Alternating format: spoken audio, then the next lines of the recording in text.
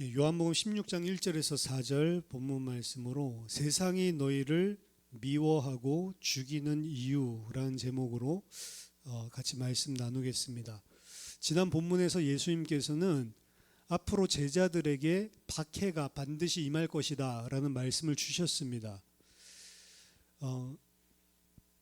예수 그리스도를 미워했던 자들이 예수 그리스도만 미워하는 것이 아니고 너희도 박해하고 핍박할 것이다.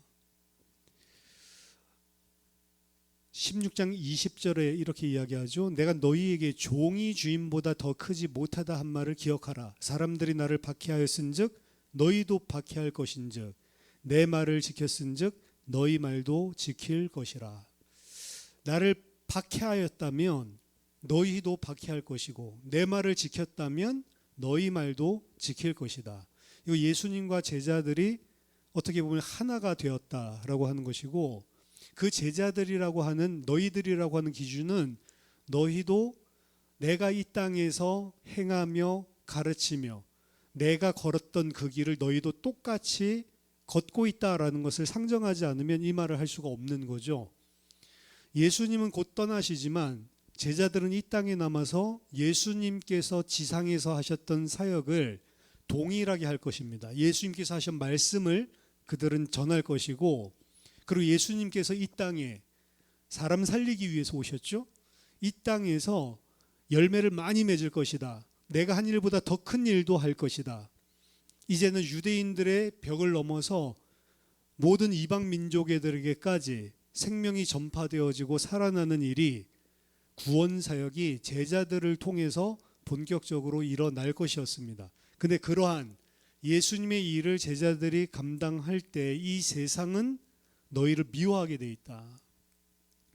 너희가 세상에 속하였다면 자기의 것이기 때문에 미워하지 않겠지만 너희는 세상에 속하지 아니하였고 내가 세상에서 너희를 택하여 불러냈기 때문에 너희는 세상에게 미움을 당하고, 그리고 나에게 그 세상이 박해했던 것처럼 너희도 박해할 것이다 라고 말씀하셨습니다. 오늘 16장 1절에서 4절은 그 세상이 박해하는 내용을 다시 한번 말씀해 주시면서 그 이유에 대해서 밝히고 계십니다.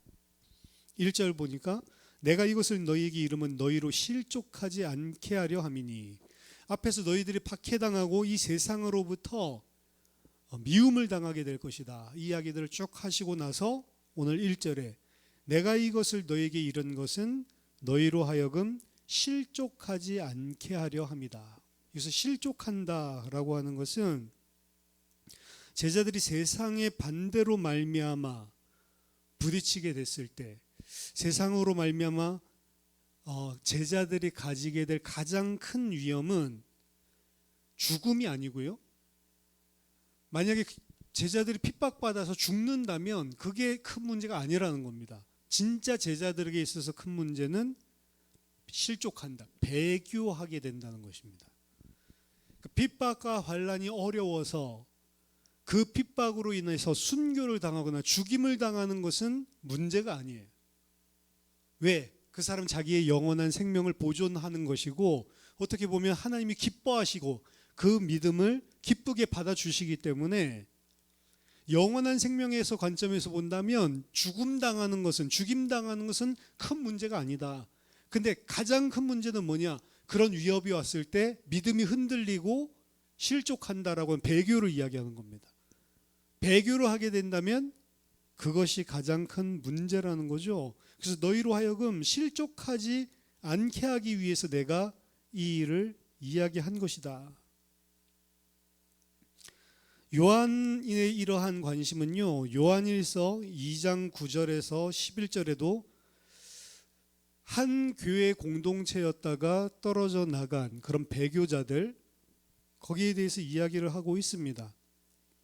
요한일서 2장 9절 11절 보면 빛 가운데 있다 하며 그 형제를 미워한 자는 지금까지 어두운 가운데 있는 자요, 그의 형제를 사랑하는 자는 빛 가운데 거하여 자기 속에 거리낌이 없으나 그의 형제를 미워하는 자는 어두운 가운데 있고 또 어두운 가운데 행하며 갈 곳을 알지 못하나니 이는 어두움이 그의 눈을 멀게 하였음이니라.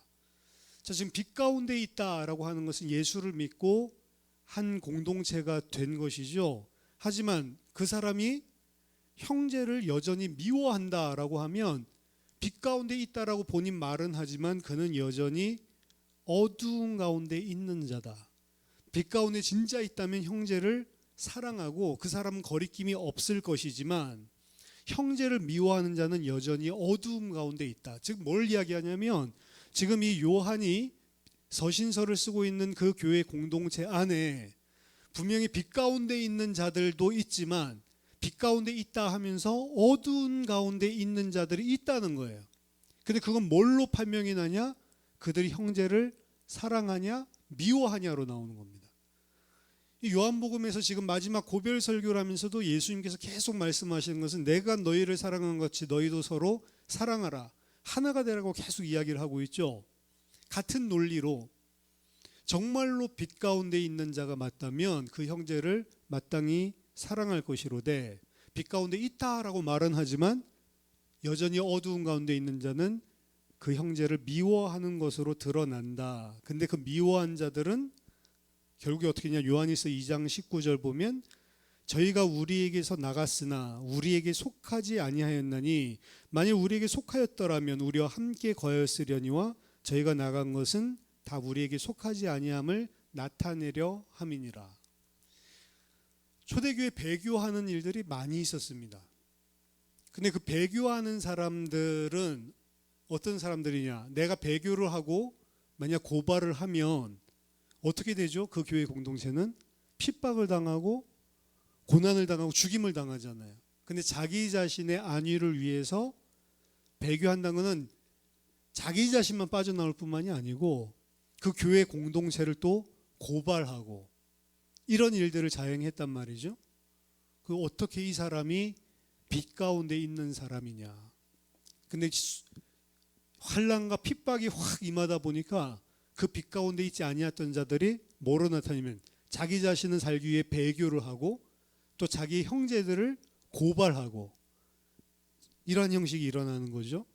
지난주에 말씀드렸지만 신사참배에 순응을 하고 신사참배에 순응하지 않는 목사들을 고발하고 핍박하고 심지어 자기 교회에 신사참배에 참여하지 않고 예배만 참여하는 성도들을 고발하고 당국에. 그 뭐죠? 자기가 당국에 잘 보이고 자기가 일본 사람들에게 잘 보이기 위해서 자기 형제들을 팔아 넘기는 자들, 심지어 목사가 그 일을 했다는 게 이 나라 교회에 진짜로 큰 악의 뿌리 아니겠습니까? 그런 일들이 초대교회도 있었고 그리고 지금 21세기에도 당연히 일어날 수 있는 동일한 이야기입니다. 그리고 한국교회의 그 초기에 그런 일들이 존재했었고요. 그런 뿌리들이 여전히 죄인들 속에 남아있는 것이죠. 너희들이 핍박을 당하고 환난을 당하고 너희들이 고난을 당하게 될 것이지만 그때에 실족하지 않게 하기 위해서 내가 이 말을 너희에게 하고 있는 거다. 예수님 목적을 분명히 밝히고 있죠. 그러면서 어떤 핍박이 임하냐? 사람들이 너희를 출교할 뿐 아니라 때가 이르면 물은 너희를 죽이는 자가 생각하기를 이것이 하나님을 섬기는 일이라 하리라. 자, 중요한 것은 이 핍박은요, 가장 절박한 핍박은 그냥 하나님을 모르고 성경을 가지고 있지 않은 이방인들로부터 일어나는 핍박이 아니라 이 사람들은 이 일을 하면서 뭐라고 이것이 하나님을 섬기는 일이다라고 이야기를 한다는 것은 이 사람들이 하나님을 섬기는 자들로부터 이 핍박이 주류가 일어난다는 것입니다. 1세기 당시엔 당연히 유대인이겠죠. 그리고 그 유대인들은 출교시킨다. 회당으로부터 폭력적인 추방을 일으키고 그뿐만이 아니고 심지어는 죽이기까지 할 것이다 라고 이야기를 합니다. 이 출교라고 하는 것은 이미 요한복음 9장 22절에 그 소경 나면서부터 소경된 자를 예수님께서 눈뜨게 하시죠. 그 일이 벌어졌을 때 그 부모님들이 누가 이렇게 네 아들에게 했냐라고 이야기했을 때 그가 성인이니까 다 큰 어른이니까 그에게 가서 물어봐라라고 하고 예수님이 했다라고 하는 말을 이야기하기를 두려워하죠. 그 이유는 누구든지 예수를 믿는 자는 출교하기로 다 정했기 때문이다라고 이야기하고 있습니다. 요한복음 12장에서도 나사로가 일어난 사건을 통해서 어떻게 보면 부활은 아니죠. 나사로가 다시 살아난 사건을 인해서 수많은 유대인들과 관리들까지도 믿는 일들이 일어났는데 단 관리들 중에 믿음 많은 사람들이 드러내지를 못하고 있었다. 왜냐? 이것은 출교당할까 두려워서 그들은 그렇게 했다. 그들은 하나님보다 세상을 더 사랑하는 자들인 거죠. 하나님 앞에 서지 않고 세상 앞에 선 사람들인데 이미 요한복음 9장에서부터 지금 예수님을 메시아로 인정하는 자는 유대교에서 출교하기로 결정을 내렸다라고 이야기합니다. 하지만 역사적으로는 이런 일들이 예수님 당시에도 있을 수 있었지만 실제로는 예수님이 십자가에 죽으시고 부활하시고 난 이후에도 이런 일이 대대적으로 일어난 것은 아니었습니다. 기독교도 유대교의 일부로 간주가 됐어요. 그래서 기독교인들도 안식일이 되면 유대교 회당에 가서 일반 유대인들과 함께 예배를 드렸습니다. 그리고 기독교인들이 따로 안식 후 첫날에 따로 모여서 예수를 그리스도로 믿는 사람들끼리 따로 예배를 또 드리기를 했죠. 근데 이것이 1세기 말에 가면 유대교에서 얌니아 회의를 벌이고요. 얌니아 회의에서 결의를 합니다. 저 예수를 메시아로 인정하는 것들은 유대교랑 완전히 다른 종교다. 이때부터 시작해서 1세기 말부터는 유대교와 기독교가 대대적으로 분리되기 시작했고 이때는 유대교에서 대대적인 출교를 시키고 회당에서 쫓아내는 일을 벌였죠. 문제는 뭐냐면 회당에서 출교시킨다라고 하는 것은 오늘날 한국 사회에서 교회 나가다가 당신 교회 나오지 마, 출교야, 이게 아니에요. 당시 유대인으로서 기독교인들이 유대인들이 많았겠죠. 그들로서 유대교 회당에서 출교된다는 것은 그동안 자신이 가지고 있었던 모든 인간관계, 사회, 심지어는 직업, 모든 것들이 다 끊기는, 그래서 가난한 자들이 많이 벌어지기도 한 겁니다. 초대교회에. 왜냐하면 유대인들은 어떻게 보면 독특한 사회를 형성하고 있었어요. 그냥 예수 안 믿는 사람들도 유대인이라고 하면 당시에 어떤 도시에 유대인이 살고 있으면 로마가 유대인들만 용인을 해줬습니다. 너희들은 우상 신전에 와서 제사 안 드려도 괜찮다. 여호와만 예배 드릴 수 있도록 특별 조항을 어떻게 보면 허용을 해준 게 유대인들이었습니다. 그러니까 유대인들은 어떻게 보면 그거를 법적으로 허용을 받았지만 일반 타 종교인들이나 이방인들이 쳐다볼 때에는 열받는 거예요. 저것들은 뭔데? 우리 신을 섬기는데 다 나와서 섬기는데 저것들은 안 섬기고, 그러니까 항상 그 마을에 지진이나 무슨 뭐 화산이 터지거나 무슨 홍수가 나거나 재앙이 터지면 전부 다 유대인들 저것들이 잘못했다, 이렇게 손가락질을 당할 수가 있었던 거죠. 그리고 길드도, 그러니까 상인들끼리 유대인들이면 잘 안 끼워주는 거죠. 그러니까 유대인들은 살아남기 위해서는 똘똘 뭉쳐서 자기 안에서 비즈니스도 하고 자기네들 안에서 어떻게 보면 자생할 수 있는 형태로 힘을 키우고, 그렇게 되면 좀 힘이 세지면 이제 일반 이방인들을 뭐 세상적인 상업 길드나 이런 데도 좀 소통이 원활해지는 거고. 그러니까 유대인으로서는 어떻게 보면 살아남을 수 있는 방패막, 이게 회당이고 자기 자신의 이런 삶의 영역인데 거기에서 쫓겨났다. 그럼 이거는 앞으로는 유대인도 아니에요. 유대인도 아닌데 만약에 이방신에게 제사를 안 드려, 그냥 법적으로도 걸리는 거예요. 너희는 유대교에서 아니고 추방당한 놈이라면서 근데 왜 이방 우리 신 섬기는 데 참여를 안 해?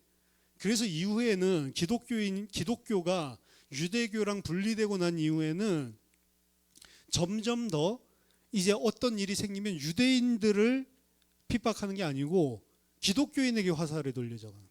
저것들은 유대인도 아니면서 이방신 제사하는데 참여하지도 않는 저 불법적인 놈들, 나쁜 놈들.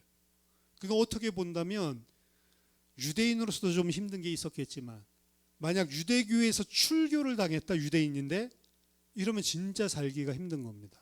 그래서 초대교회에 이 사람들이 실제 생계에 어려움을 느끼는 가난한 자들이 너무나 많았다라는 사실을 요한계시록을 봐도 우리가 계속해서 발견하게 되는 것이죠. 근데 예수님께서는 그것을 이미 제자들에게 이야기를 해주셨습니다. 이런 일들이 일어나게 될 것이다. 그리고 그 이야기만 한 것이 아니고 산삼복음을 보면 마태복음 5장 10절 12절 의를 위하여 핍박을 받은 자는 복이 있나니 천국이 저희 것임이라. 나를 인하여 너희를 욕하고 핍박하고 거짓으로 너희를 거스려 모든 악한 말을 할 때에는 너희에게 복이 있나니 기뻐하고 즐거워하라. 하늘에서 너희의 상이 큼이라. 너희 전에 있던 선지자들을 이같이 핍박하였느니라. 이러한 핍박을 당하고 환난을 당하는 것은 기쁘고 즐거워해야 될 일이다. 이미 제자들에게 가르쳐주고 있었죠. 그리고 마지막 오늘 요한복음 고별 설교에서도 이 일을 이야기하고 있는 것입니다. 누가복음 6장 22절에서도 인자를 인하여 사람들이 너희를 미워하며 멀리하고 욕하고 너희 이름을 악하다 하여 버릴 때에는 너희에게 복이 있도다.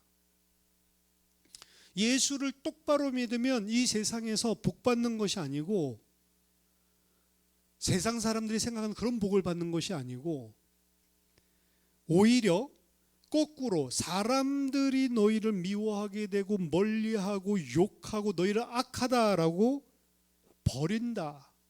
하지만 그럴 때에 너희에게 복이 있도다. 제자들에게도 이야기를 하는 것입니다. 너희가 나를 따라오면 이러한 일들이 생길 것이다. 가장 절박한 그런 이 땅에서 살기 힘든 그런 고통들이 너희들에게 오게 될 것이다. 세상이 예수를 미워했던 그 세상의 예수에 대한 반감이 예수에게서 그의 제자들에게로 옮겨져 간다라고 하는 것이죠. 하나님의 나라가 시작된다고 하는 것은 그 나라의 통치 아래 살고 있는 사람들에게 박해가 시작된다라고 하는 것과 동일합니다. 그래서 당시 유대교의 일부 랍비 당국자들은요, 이단들을 죽이는 것을 하나님을 예배하는 행위로 보았습니다. 오늘 여기서 보게 된 것은 너희를 죽이는 자가 생각하기를 이것이 하나님을 섬기는 일이라. 더 잘 번역을 한다면 이것이 바로 하나님을 예배하는 일이라 라고 생각할 것이다. 랍비 실제 문헌에 민수기 주석, 미드라시 주석을 보면 만일 어떤 사람이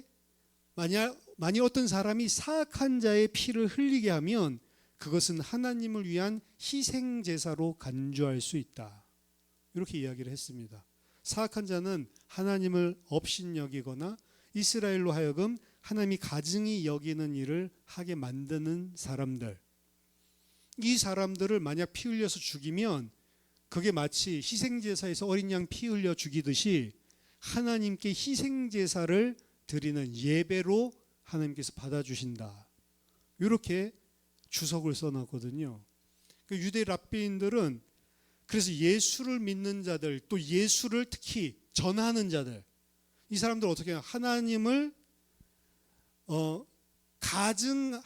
이스라엘로 하여금 하나님이 가증하게 여기는 일을 하도록 만드는 게 전도인 거예요. 말하자면 복음 전하는 거. 그런 사람들을 죽이면 이게 바로 하나님이 기뻐 받으시는 희생 제사요 예배다. 이렇게 가르쳤습니다. 그래서 사도 바울 같은 경우도 그렇게 한 거죠.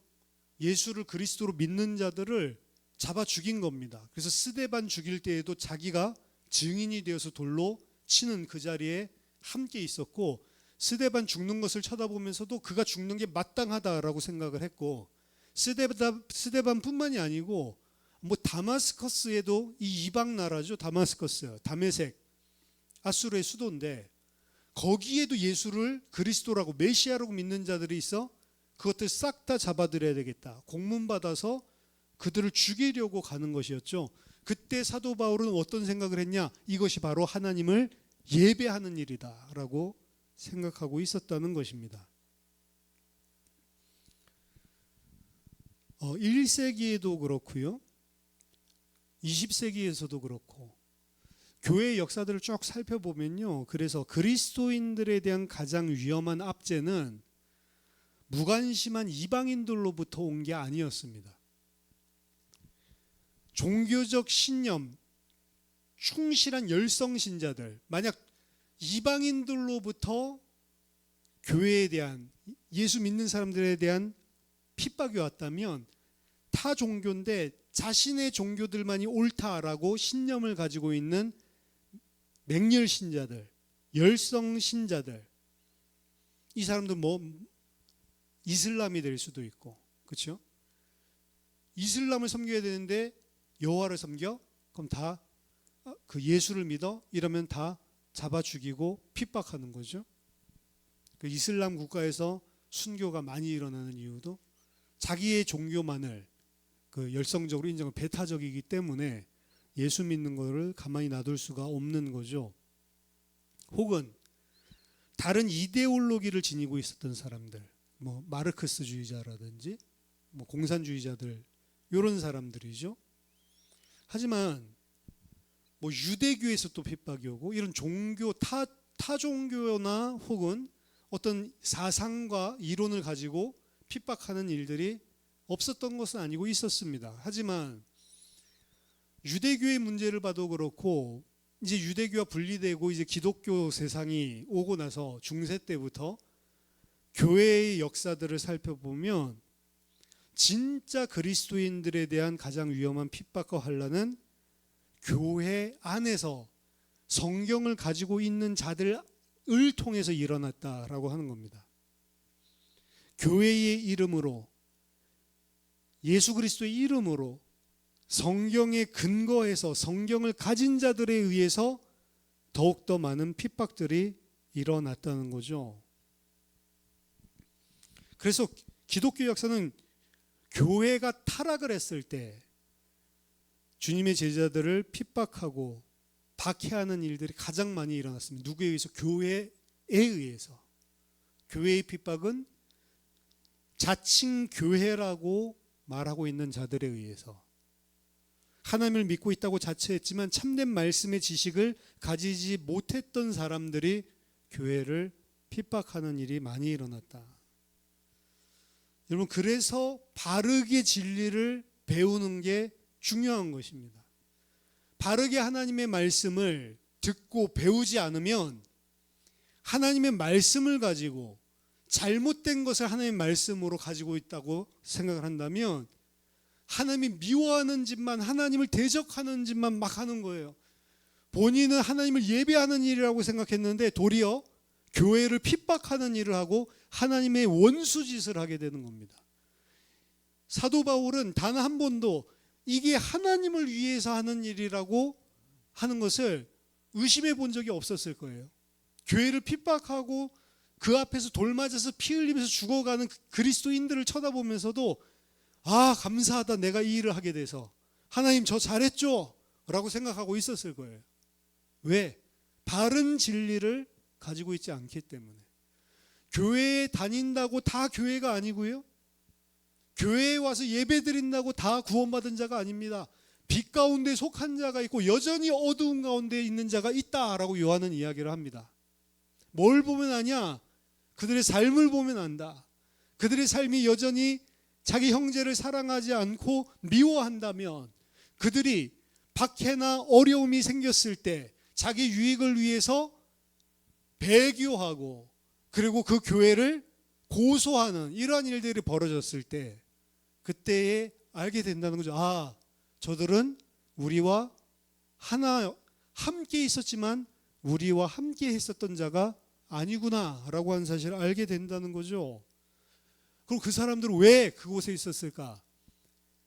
다른 진리를 가지고 있는데도 불구하고 본인이 생각할 때 그 공통체가 이야기한 진리가 그거라고 생각하기 때문에 거기에 있었을 뿐입니다.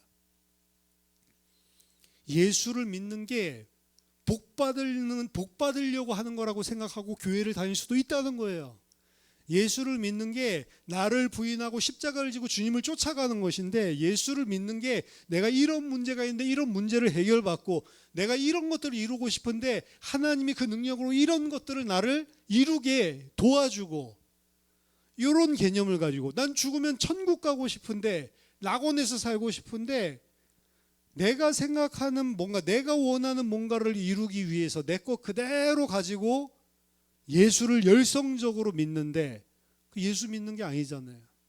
예수를 믿는다는 건 뭐죠? 나를 부인하는 거예요. 그리고 십자가를 지고 주님이 쫓아가신 그 길을 따라가는 것입니다. 그 십자가의 길은 다른 많은 사람들을 살리기 위해서 자기 자신을 대속물로 주는 삶이었어요. 그렇죠?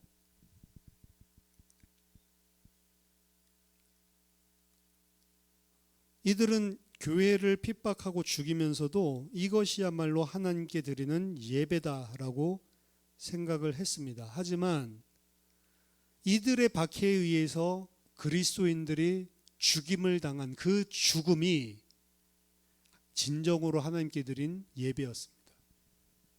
바울은 스데반을 죽이면서 이게 예배다라고 생각하고 있었지만 그 예배가 아니고 하나님을 대적하는 행위였고요. 스데반은 아무 힘 없이 죽임을 당하고 있었지만 스데반이 바로 하나님을 진짜 예배하는 사람이었다는 거예요. 그러니까 거꾸로 생각을 해야 되는 것입니다. 그들에게 이러한 핍박을 당할 때 내 이름을 인하여, 복음을 인하여 너희들이 핍박을 당할 때 너희는 기쁘고 즐거워해라. 왜냐? 이것이 바로 하나님이 기뻐하시는 예배이기 때문에. 아이러니하죠? 3절입니다. 그들이 이런 일을 할 것은 아버지와 나를 알지 못함이라. 궁극적으로 그들이 이렇게 할 수밖에 없는 이유입니다. 아버지와 나, 아들을 알지 못하기 때문이다. 하나님의 계시로서 그 아들이 누구인지 진정으로 아는 것은 바로 하나님을 진정으로 아는 것이고요. 요한복음 14장 7절, 나를 본 것이 아버지를 본 것이다. 나를 지금까지 봤는데 왜 아버지를 보이라고 하느냐. 하나님의 계시로서 예수 그리스도를 딱 쳐다보고, 아, 이분이 하나님이 보내신 자 메시아 하나님의 아들이구나, 이 사실을 아는 자, 이 사실을 보는 자는 하나님을 알고 하나님을 보는 것이다. 그리고 요한복음 17장 3절에 영생이라고 하는 것은 나와 아버지를 아는 것이 영생이다. 그러니까 예수가 누군지를 아는 게 영생인 거예요. 예수가 누군지를 모르면 죽음인 것입니다. 거꾸로 심판인 것입니다. 하나님을 알지 못하는 것은 하나님을 아는 자들에 대한 적대감을 불러 일으킨다. 세상은 너희가 세상에 속하지 아니한 거로 너희를 미워할 수밖에 없다. 하나님을 알지 못하는 자들은 여전히 세상에 속한 자들인데, 이 세상은 하나님을 아는 자들을 미워하고 적대적으로 대할 수밖에 없다라고 이야기를 합니다. 자, 이들이 지금 보면 하나님을 대적하여 교회를 핍박하고 죽이고 출교하고 너희들을 미워하고 너희들을 박해하고 이런 일들을 막 벌일 것인데, 그 이유는 뭐냐? 그들이 이런 일을 할 것은 아버지와 아들을 알지 못하기 때문, 그 무지하기 때문에 이 일을 한다는 거죠. 그러면 여러분, 무지하기 때문에 이 일을 했기 때문에 하나님이 봐주십니까? 중요한 것은 오늘 예수님의 말씀은 뭘 상정을 하고 있냐면, 진리의 영역에 있어서는 무지가 타협점이 될 수 없다라는 것입니다. 제 마음은 그렇지 않은데 몰라서 그랬습니다라고 하는 말이 통하지 않는다는 거예요. 적어도 예수님의 메시아 되심과 이 세상의 구주 되심의 영역에 있어서 예수님은 그 점에서 냉정할 만큼 타협이 없어요. 저는 예수님이 그런 줄 몰랐어요. 난 예수님 뭐 했는지 몰랐어요. 이게 타협이 안 돼요. 예수님을 알지 못한 결과로 주님과 주님의 제자들을 핍박하는 세상은 그 핍박을 통해서 내가 세상에 속했는지 예수님께 속했는지를 드러낼 뿐이지, 내가 몰라서 세상에 속해 있었습니다, 이런 변명은 통하지가 않는다. 여러분, 진리를 모르기 때문에 죄를 짓는 것은 좀 용서받냐? 안 그렇습니다. 무지하기 때문에 죄를 짓는 것 더 큰 문제입니다, 사실은. 이 신앙에 있어서 회색지대란 존재하지 않는다는 것입니다. 예수님에게 속하든지 아니면 세상에 속하든지 둘 중 하나만 있을 뿐이고요. 세상에 속한 자들이 나중에 심판의 때에 나 몰라서 그렇게 했습니다, 바울이 만약에 회개하지 않았다면 저는 이게 하나님이 기뻐하시는 일인 줄 알고 했습니다, 저는 제가 굳이 그렇게 안 해도 되는데 편하게 그냥 집에서 살면 되는데 하나님을 기뻐하게 하시는 예배로 몰라서 그렇게 했습니다, 그렇게 말하겠죠. 그럼 인간적으로 본다면 몰라서 그랬구나, 용서해 줄 수 있을 것 같은데 거기 타협점이 없다니까요. 알고 하든 몰라서 하든 다 몰라서 하는 거죠, 사실은. 그들은 하나님께 속했다고 생각하면서 하나님께 속한 제자들을 핍박하는 것이고, 그들은 그것이 하나님이 기뻐하시는, 예배로 기뻐 받으시는 일인 줄 착각하고 있었다. 주님에 대해서 바로 알고 진리를, 하나님의 말씀을 바로 아는 것은 여러분 타협할 수 없는 중요한 일인 것을 오늘 붙잡으시기 바랍니다. 우리 주일에도 이야기를 했죠. 결국에 하나님의 말씀을 듣고 배워야지만 하나님께서 기뻐하시는 대로 행할 수 있다. 그 과정이 없으면 기독교는 체계 종교라고 이야기했습니다. 원래는 두루마리밖에 없었는데 기독교인들은 1세기부터 코덱스, 이 책을 가지고 다녔어요. 말씀을 끼고 살았다는 겁니다. 체계 종교입니다. 말씀의 종교입니다. 그 말씀이 무엇을 이야기하고 있는지 알지 못하면 주님이 기뻐하시는 삶을 살 수가 없는 거예요. 근데 거기에 대해서는 타협점이 없다. 주님의 진리에 대해 바르게 알고 진리를 바로 알기 위해서 배우고 힘써야 되는 이유입니다. 그리고 또한 이 진리를 바르게 알고 이 진리를 바르게 깨닫는 것은 왜 중요하냐?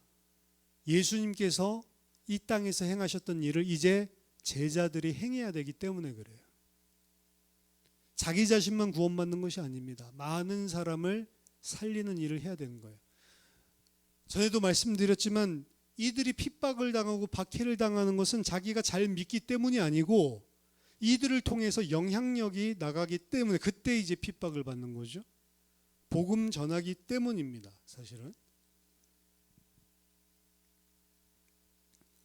바르게 진리를 아는 것이 그래서 중요하다. 바르게 진리를 알지 않으면 나도 하나님이 기뻐하시는 일이 무엇인지를 몰라서 하나님을 대적하는 일을, 죄를 계속 지을 수도 있는 것이고요.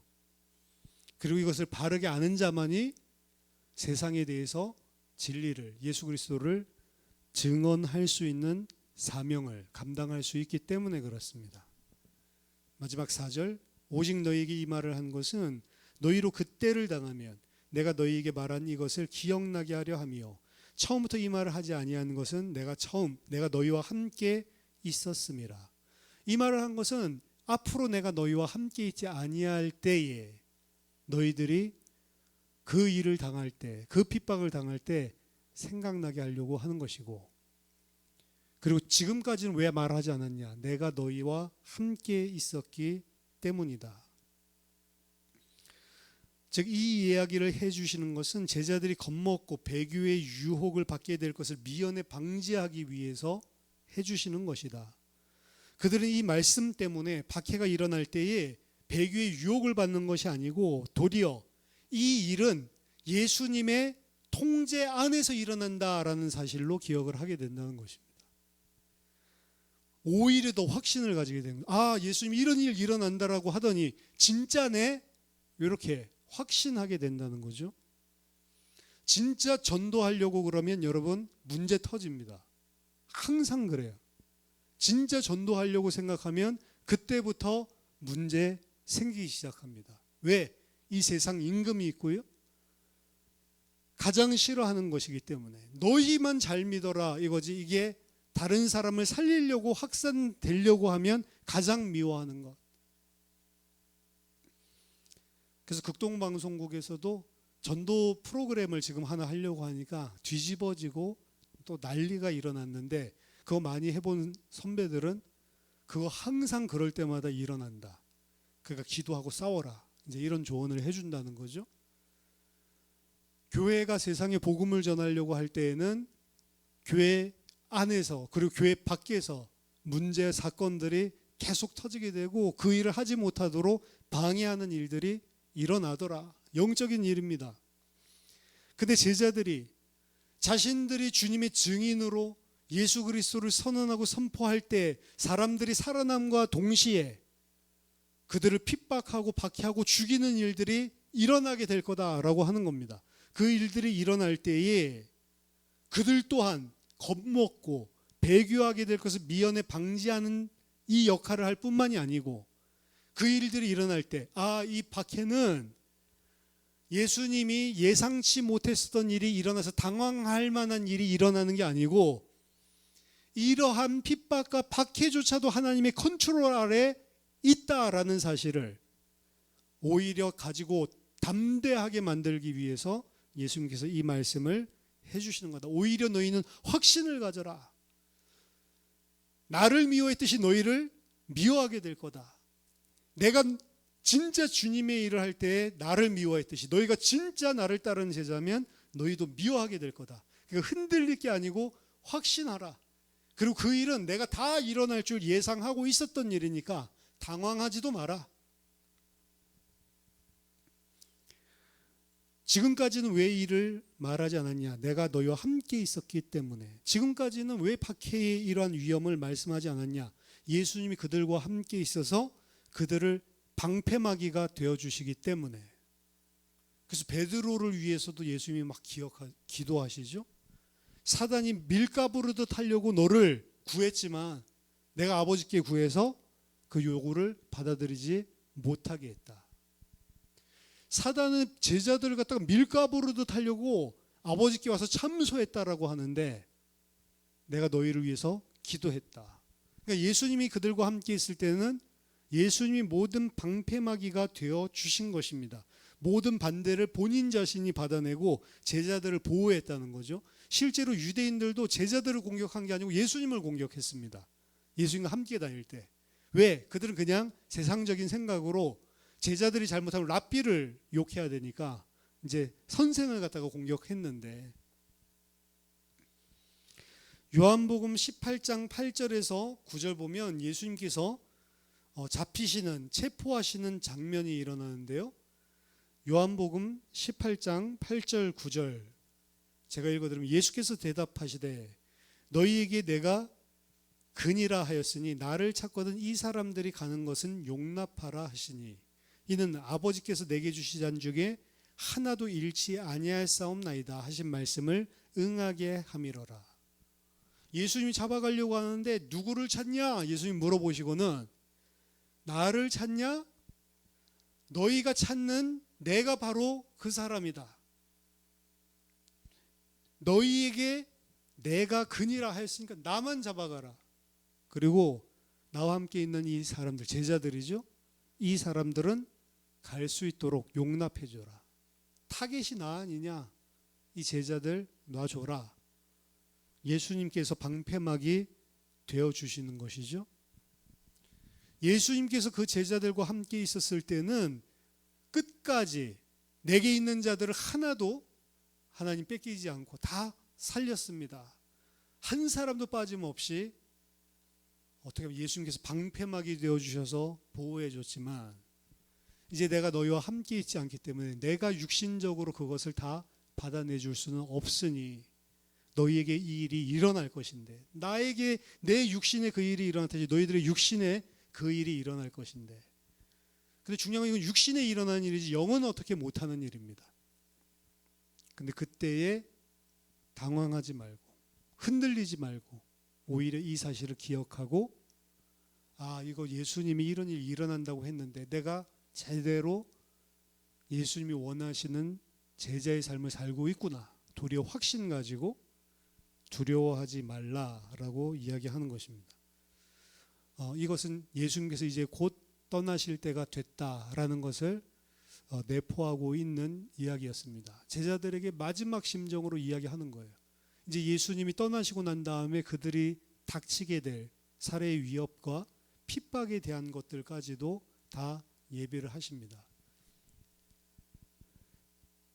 우리가 중요한 것, 오늘 본문 통해서 알아야 될 것은요, 예수를 믿는다는 것은 이 세상에 속하지 않은 자로 살아가는 것이고, 이 세상에 속하지 않은 자로 살아간다라고 하는 것은 이 세상으로부터 미움을 당하게 돼 있는 삶. 그럼 그 미움을 왜 당하게 돼 있냐라고 했을 때, 내가 계속 진리를 말하고 나를 통해서 다른 사람이 살아나게 하는 그 사명을 감당할 때의 세상이 미워하는 것입니다. 가만히 산속에서 내가 예수님 믿고 사는 사람 미워할 이유가 없어요. 근데 이 세상에 살면서 빛과 소금으로 그들에게, 어둠 가운데 있는 자들에게 나를 통해 빛이 비춰지고 소금과 같이 부패하지 않도록, 그들이 썩어 죽지 않도록 그들에게 소금으로서 내가 살아가게 된다면 사람들은 하나님의 아들들을 미워하게 된다는 거죠. 하지만 그런 일들이 생겼을 때 당황하지 마라. 그것은 당연한 것이다. 이걸 15장부터 해서 지금 16장까지 15장 중반부터 해서 계속해서 이야기를 하고 계시는 겁니다. 두 번째, 진리의 영역에 있어서 타협은 없다. 모르기 때문에 내가 그렇게 했습니다라는 것은 심판대에서 통용되지 않는다. 바르게 하나님의 말씀을 알고 하나님의 말씀을 배우고 그리고 그 말씀을 살아내는 것이 기독교인들에게 있어서 가장 중요한 것이다. 배우고 확신한 일에 거하라. 세상 속에서 흔들리지 말라는 거죠. 세상과 다른 삶을 살기 때문에 세상이 너희를 미워하는 것이다. 세상이 너희를 미워하는 것은 하나님과 아들을 알지 못하기 때문에 너희를 미워하는 것이다. 그럼 너희는 왜 나를 사랑하냐? 아버지와 나를 알기 때문에 너희는 나를 사랑하는 것이다. 이렇게도 볼 수 있습니다. 여러분, 말씀을 통해 진리를 배우고 그 믿음 가운데 하나님께서 기뻐하시는 예배의 삶이 넘쳐나게 되기를 예수 그리스도 이름으로 축원합니다. 기도하겠습니다. 살아계신 하나님 아버지, 은혜를 감사드립니다. 하나님, 이 세상을 우리가 살고 있지만 세상에 속하지 아니한 자로 살 수 있도록 하나님 바른 진리를 배우게 하시고 그 배운 진리가 하나님 우리의 삶 속에 지켜 행해질 수 있는 은혜를 더하여 주시옵소서. 그러한 삶을 살 때 세상으로부터 미움과 심지어는 박해와 어려움을 당할 수 있겠지만 하나님 그 삶이 무엇인지를 기억하게 하시고 도리어 그 삶 속에서도 하나님께 감사하며 하나님을 예배하는 예배자 될 수 있도록 은혜 베풀어 주시옵소서. 예수 그리스도 이름으로 기도하옵나이다. 아멘.